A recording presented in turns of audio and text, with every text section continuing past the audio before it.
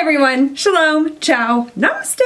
I am Ilana, aka Elmar Superstar, and welcome to my channel. We are finally in the holiday season, which means we are only less than a month away from 2020 ending, so hang in there, guys. Every year, I feel like it's always the same batch of holiday movies, like Home Alone, Santa Claus, Elf, Love Actually, The Holiday, all of which I love and watch every single year. There's some unconventional Christmas films, like Eyes Wide Shut and Batman Returns. I do not count Die Hard in this list. Sorry, not sorry, Die Hard is not a Christmas movie. So today, I'm going to highlight some little gems for you all to check out this holiday season. Home for the Holidays gets an honorable mention, even though it is a Thanksgiving film. I didn't see it until much afterwards, and it really is the epitome of a dysfunctional family that explodes into chaos around the holidays. Holly Hunter, Robert Downey Jr., and Anne Bancroft are absolutely fantastic in their roles, and the film is available to stream on Hulu and Amazon Prime. While You Were Sleeping. I love this movie so much. I love anything with Sandra Bullock in it, and I've been watching this movie with my mother since I was a little girl, and there's two scenes in there that she's constantly quoting. Love black underwears. Fluffy. Oh, Fluffy.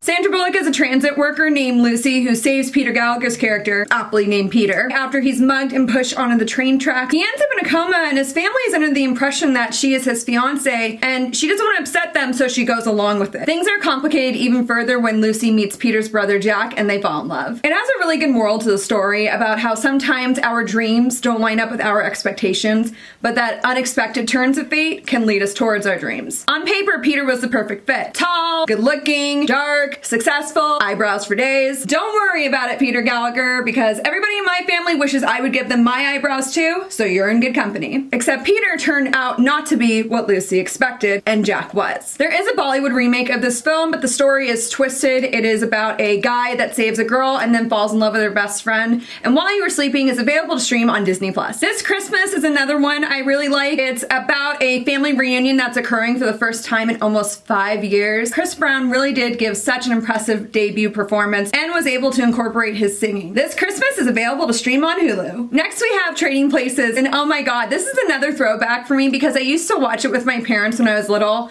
all the time because it was kind of a predecessor of sorts to Coming to America, and that was the movie my parents saw on their very first date. Trading Places is an unofficial 1983 version of The Prince and the Pauper by Mark Twain, about an upper crust stockbroker named Louis and a hustler named Billy Ray swapping lives, which had been set into motion as a $1 bet by Louis' bosses, the Duke brothers. Louis and Billy Ray find out about this and join forces to take down the Duke brothers. I will say that the movie has some racial jokes that didn't age well, but overall John Landis did direct a hilarious film. Dan Aykroyd and Eddie Murphy both did amazing in their roles, and through this switch, their characters ended up becoming better people. Jamie Lee Curtis also made a successful segue from horror films with the role of Ophelia, a street-smart, financially intelligent prostitute with a heart of gold. It even impacted the actual stock market when in 2010, the Eddie Murphy rule was created to prevent insider trading on commodities markets. Trading Places is available to rent on Amazon Prime and YouTube. All I Want for Christmas. I remember this one from my childhood as well. I still have the VHS tape somewhere. It's about two kids asking Santa Claus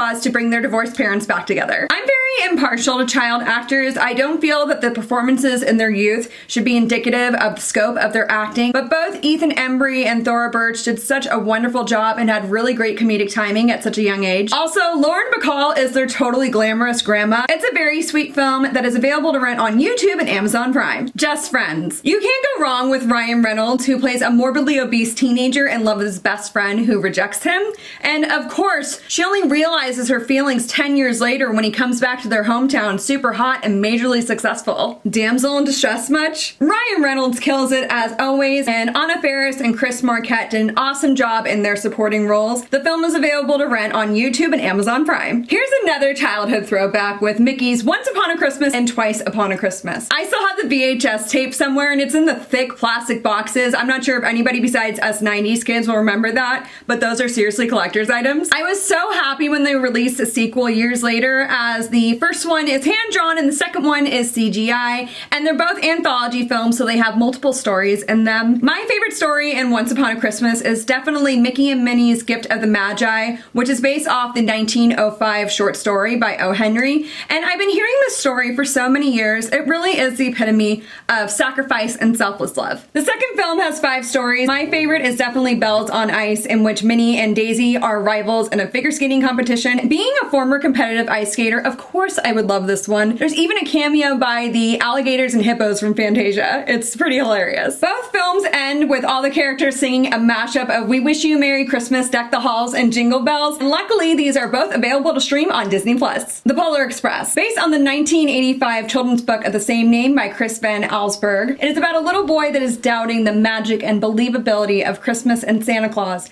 and embarks on a wondrous journey to have the Christmas spirit rejuvenated within him. The Polar Express, I feel, is one that definitely is not very appreciated. I think that is attributed to the animation style, and it was actually the first film done entirely with digital motion capture technology, which is a filming technique achieved through motion sensor suits to capture the movements of actors, more advanced than the live action referencing that was done in the original Disney animation films. It really adds a different kind of flair to it, as do the more subdued colors. Since we as audiences are so used to seeing bright, vibrant colors when it comes to Christmas, I like that this one had darker elements. To round it out, I had to throw in a couple Hallmark movies because even though they are designed to make single people feel depressed, they have become a holiday staple. I should know because my mother has had both Hallmark and Lifetime running on a loop since the end of October. I think she might be trying to kill me.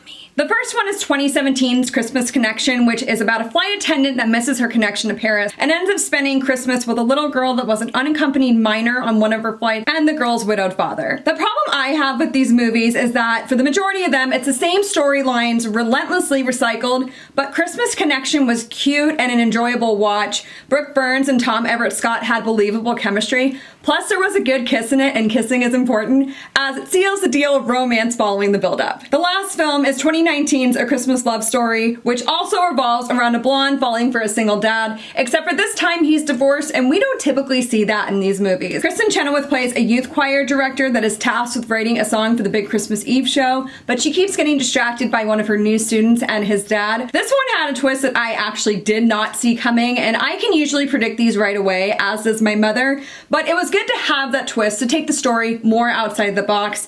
And overall, it was a very genuine film with meaningful performances, but who doesn't love Kristen Chenoweth? Hopefully you are all able to find these films and enjoy them with your friends and family this holiday season. For real though, sometimes it sucks watching these romantic Christmas movies. I did not think I was going to be single this Christmas, and it definitely sets my expectations a little too high. Jude Law, take me away to somewhere snowy. Oh wait, he's too old. Andrew Lincoln, take me somewhere snowy. Oh wait, he's too old too. Well, good thing there's wine. Happy Christmas, everybody.